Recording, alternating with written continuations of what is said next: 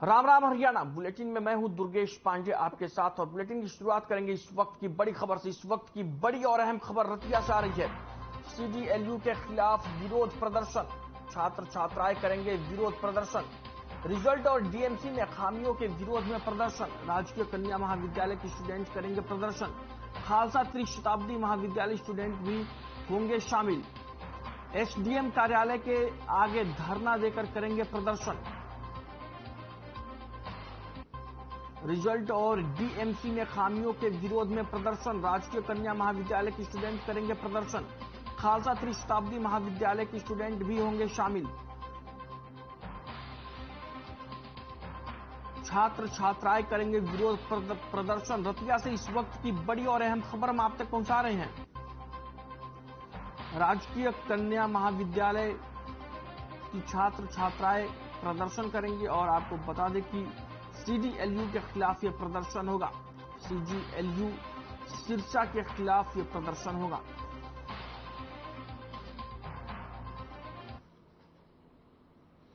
वहीं कैथल के गांव धनोरी में प्रदेश स्तरीय संत धन्ना भगत जयंती पर आयोजित कार्यक्रम में उपराष्ट्रपति जगदीप धनखड़ बतौर मुख्य अतिथि पहुंचे। उनके साथ उनकी पत्नी सुदेश धनखड़ भी थी। इस कार्यक्रम की अध्यक्षता मुख्यमंत्री मनोहर लाल ने की। उपराष्ट्रपति का मुख्यमंत्री मनोहर लाल ने पगड़ी पहनाकर स्वागत किया। बीजेपी प्रदेशाध्यक्ष ओपी धनखड़ ने मुख्यमंत्री को धन्ना भगत की प्रतिमा देकर उनका स्वागत किया।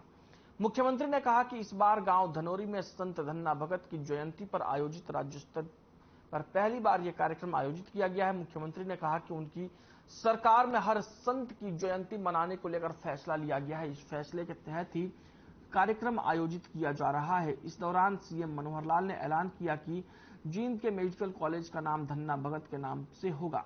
धनोरी में महिला कॉलेज और 7 करोड़ से मार्केटिंग बोर्ड के काम की घोषणा भी सीएम ने की। गौशाला के लिए सीएम ने 21 लाख रुपए की घोषणा की।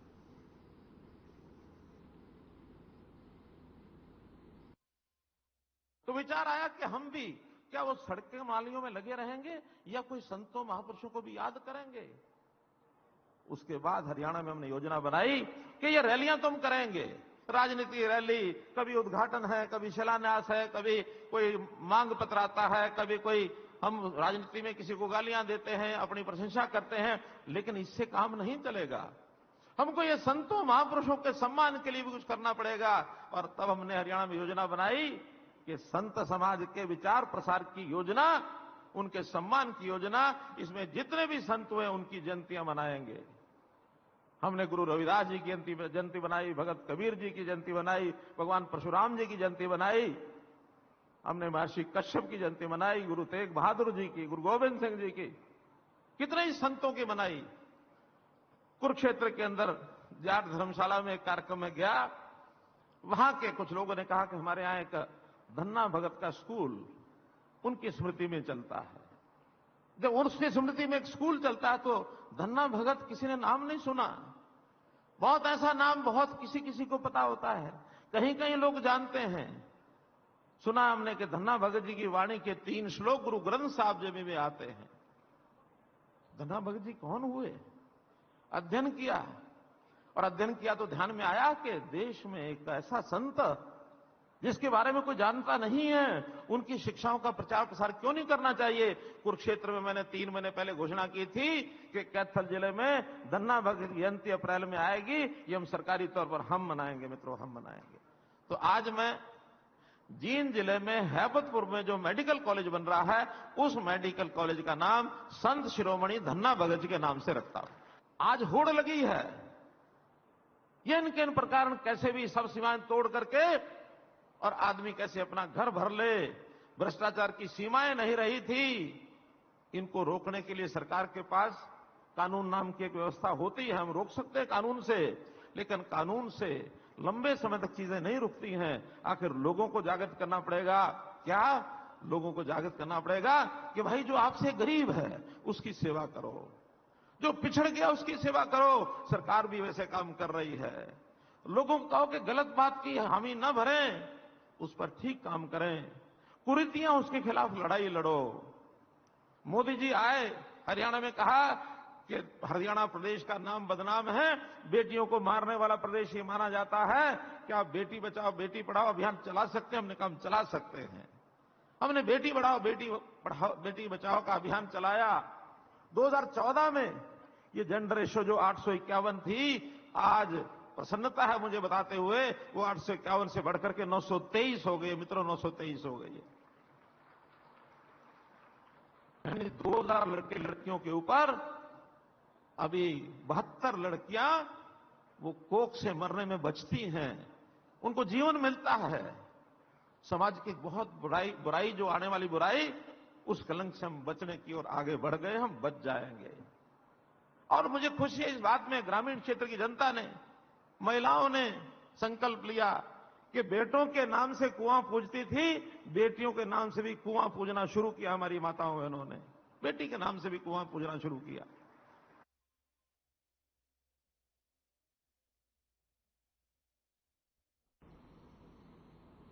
वहीं विधानसभा चुनाव में जेजेपी कार्यकर्ताओं और पार्टी के कुछ नेताओं की ओर से दुष्यंत चौटाला को सीएम प्रोजेक्ट किए जाने को लेकर हरियाणा के पंचायत मंत्री देवेंद्र बबली ने बयान दिया है। उन्होंने कहा कि पार्टी कार्यकर्ताओं की भावना दुष्यंत चौटाला को सीएम बनाने की है, लेकिन फिलहाल उनका गठबंधन भाजपा के साथ है और गठबंधन से ही सरकार चल रही है। देवेंद्र बबली झज्जर के गांव वजीरपुर में ग्राम पंचायत की ओर से आयोजित सम्मान समारोह में शामिल होने आए थे। यहां मीडिया से बातचीत करते हुए देवेंद्र बबली ने कहा कि उनकी सरकार और खासकर उनका विभाग प्रदेश में भ्रष्टाचार पर लगाम कसने के प्रयास में है, जिसके लिए उन्हें कड़े फैसले भी लेने पड़े हैं। लेकिन भ्रष्टाचार का पूरी तरीके से खात्मा तब हो सकता है जब हरियाणा की जनता सरकार के साथ खड़ी हो। ई टेंडरिंग को लेकर पूर्व में हुए सरपंचों के विरोध के बारे में पूछे गए सवालों का जवाब देते हुए पंचायत मंत्री ने कहा कि हरियाणा में पढ़े लिखे पंच सरपंच बनकर आए हैं। उन्होंने ये भी कहा कि विकास के लिए सरकार कैसे फैसले ले रही है। उन्होंने ये भी कहा कि गांव का विकास जो सरपंच करना चाहता है उसने काम करना शुरू कर दिया। वहीं जेजेपी की चुनावी घोषणा पत्र में बुढ़ापा पेंशन के वादे को पूरा ना होने पर पंचायत मंत्री ने कहा कि ज्यादातर वादे पूरे कर लिए गए हैं, लेकिन वो मानते हैं कि ये वादा पूरा नहीं हो पाया है, लेकिन इसके बावजूद भी वोट के लिए जनता के बीच में जाना पड़ेगा।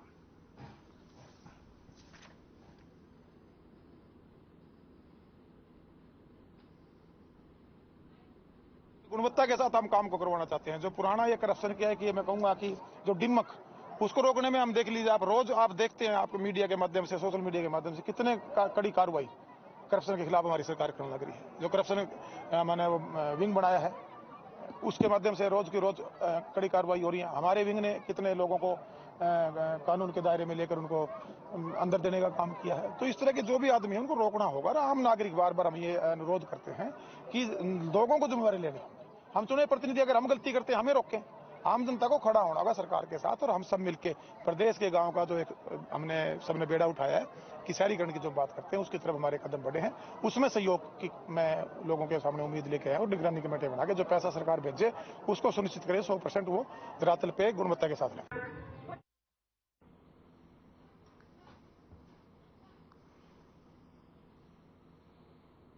अब बात करेंगे इस वक्त की बड़ी खबर की। इस वक्त की बड़ी और अहम खबर हम आप तक पहुंचा रहे हैं हिसार से। इस वक्त की बड़ी और अहम खबर, हिसार दौरे पर रहेंगी महामहिम राष्ट्रपति द्रौपदी मुर्मू। हिसार के 25वें दीक्षांत समारोह में लेंगे हिस्सा। हरियाणा कृषि विश्वविद्यालय में होगा कार्यक्रम। सीएम मनोहर लाल भी कार्यक्रम में होंगे शामिल। राज्यपाल बंडारू दत्तात्रेय कार्यक्रम में करेंगे शिरकत। जेपी दलाल समेत कई नेता रहेंगे मौजूद। हिसार में विश्वविद्यालय के 25वें दीक्षांत समारोह में लेंगी हिस्सा।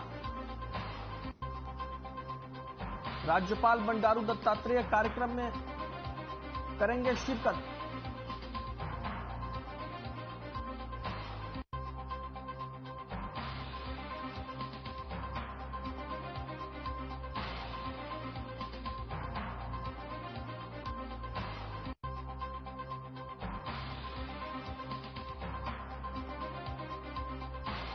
दौरे पर रहेंगी राष्ट्रपति द्रौपदी मुर्मू।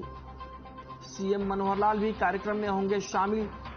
हिसार में कृषि विश्वविद्यालय के 25वें दीक्षांत समारोह में करेंगी शिरकत।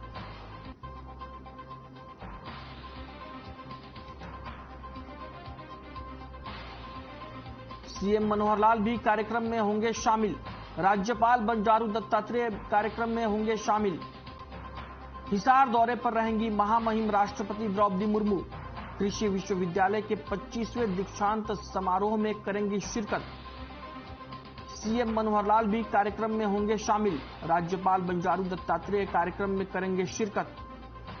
हिसार दौरे पर रहेंगी महामहिम राष्ट्रपति द्रौपदी मुर्मू।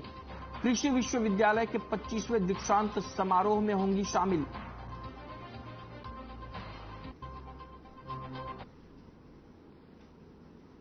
राष्ट्रपति द्रौपदी मुर्मू की तस्वीरें आप अपने टीवी स्क्रीन पर देख सकती हैं। हिसार के दौरे पर रहेंगी महामहिम और हिसार में कृषि विश्वविद्यालय के 25वें दीक्षांत समारोह में शामिल होंगी।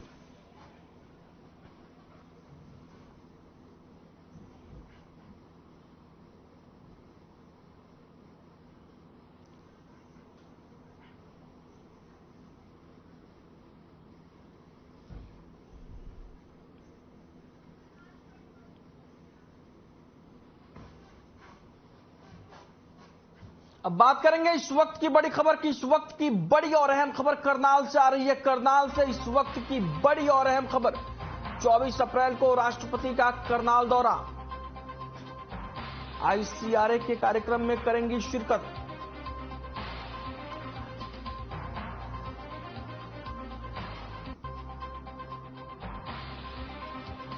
आज जो राष्ट्रपति का करनाल दौरा, राष्ट्रपति द्रौपदी मुर्मू आज करनाल के दौरे पर रहेंगी। आईसीआरए के कार्यक्रम में करेंगी शिरकत। बतौर मुख्य अतिथि शिरकत करेंगी राष्ट्रपति द्रौपदी मुर्मू।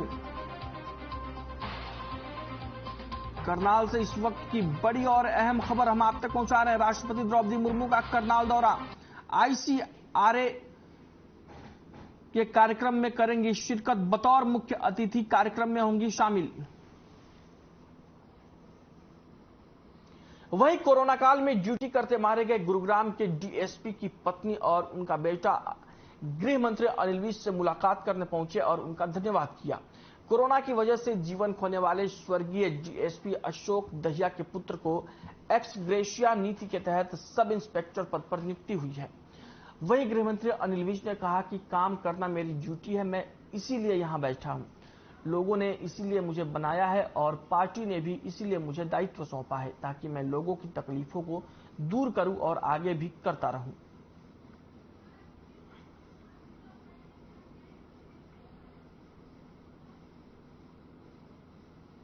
कर्मचारी हैं और कोरोना वॉरियर्स जो भी जिन्होंने पूरी कोरोना में काम किया है, उसके प्रति हमारी सरकार कटिबद्ध है, पूरी तरह से वचनबद्ध है कि हम इनके साथ खड़े हैं। और ऐसे जो कोई शहीद हुए हैं कोविड में, तो उनको एक्स ग्रेशिया नौकरी देने का काम किया है हमने। उसी में ये डीएसपी महोदय भी आते हैं और इनके बेटे को नौकरी मिली है। कोविड के दौरान ऑन ड्यूटी वो बादली डीएसपी थे, उस टाइम एक्सपायर हो गए थे 26 अप्रैल 2021 को। उसके बाद हमारी जो एक्स ग्रेशिया केस की फाइल चली, उसमें जो ऑब्जेक्शन लगते थे, मन बहुत दुखी होता था कि एक अधिकारी ने इतना आगे बढ़कर अपना तन मन धन सब कुछ न्योछावर किया और फिर उस फाइल के ऊपर ऑब्जेक्शन लग रहे हैं। विज साहब के पास आकर हमने एक बार फरियाद की और हमारे सभी ऑब्जेक्शन स्मूथली रिमूव होते चले गए। और अब 20 अप्रैल को मेरे बेटे ने सब इंस्पेक्टर की पोस्ट पर हरियाणा पुलिस में गुड़गांव पुलिस लाइन में ज्वाइन किया है। कोरोना के दौरान एक फ्रंटलाइन कोरोना वॉरियर होते हुए उनकी डेथ हो गई, तो एक्स ग्रेशिया पॉलिसी के तहत मेरे को सब इंस्पेक्टर की जॉब मिल गई। मेरी जॉब में बहुत दिक्कतें आई जब वो प्रोसेस चालू हुआ। एक बार हम विज साहब से मिले, हमारी सारी दिक्कतें पूरी कर दी गई, स्मूथली हमारे सारे काम हो गए। अब मैं यही चाहता हूँ कि मैं उनकी तरह एक ईमानदार पुलिस वाला बनूं और अपनी ड्यूटी निभाऊं। उसने आशीर्वाद दिया, बोले अच्छे से ड्यूटी करो, और मैं उनके आशीर्वाद के ऊपर पूरा अमल करूंगा।